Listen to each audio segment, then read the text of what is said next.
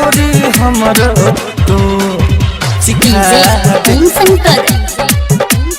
परसा खरबिंडा गे छोरी हमरो तू सिखा दे गे फोन पर तू बात कके दे छे खाली डेट गे कके तू बहाना करे आब छे ने भेट गे करे छे ने भेट तू गे करे छे ने भेट गे फोन पर तू बात कके दे छे खाली डेट गे कके तू बहाना करे आब छे ने भेट बीत गल मुझे परेशानी गे छोरी हमरो तू गे छोरी हमरो तू गे छोरी हमरो तू सिखा दे 16 साल के अपन जवानी पतर के हमरो तू सिखा दे 16 साल के अपन जवानी गे छोरी हमरो तू गे छोरी हमरो तू डीजे ओम शंकर परसा खरबिंडा गे कहिया से अपना घुमाब छे पीछा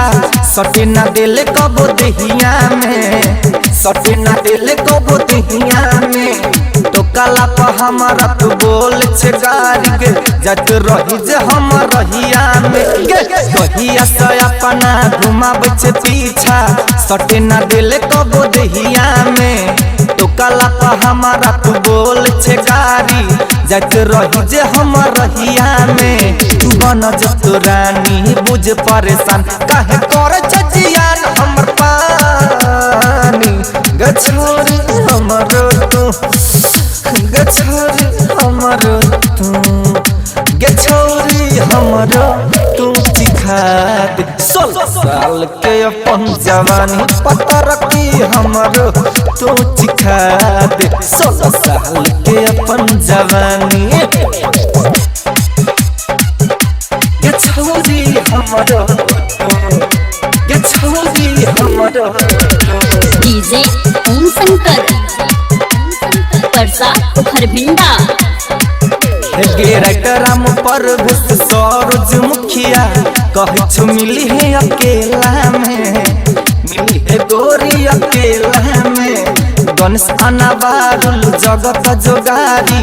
तोरा घुमा तो मेला में गे संतोष सावरिया मंजे अंसारी कहे छो मिली है अकेला में गणेश अनाबारुल मासूम मुकेश कहे छो मिली है अकेला में भोला रमेश बात करे छो विशेष अजनाथ रमेश बात करे छो विशेष सुन लिख दे तो नया कहानी गे छोरी हमरो तू पतर की हमरो तू गे छोरी हमरो तू सिखा दे 16 साल के अपन जवानी पतर की हमरो तू सिखा दे 16 साल के अपन जवानी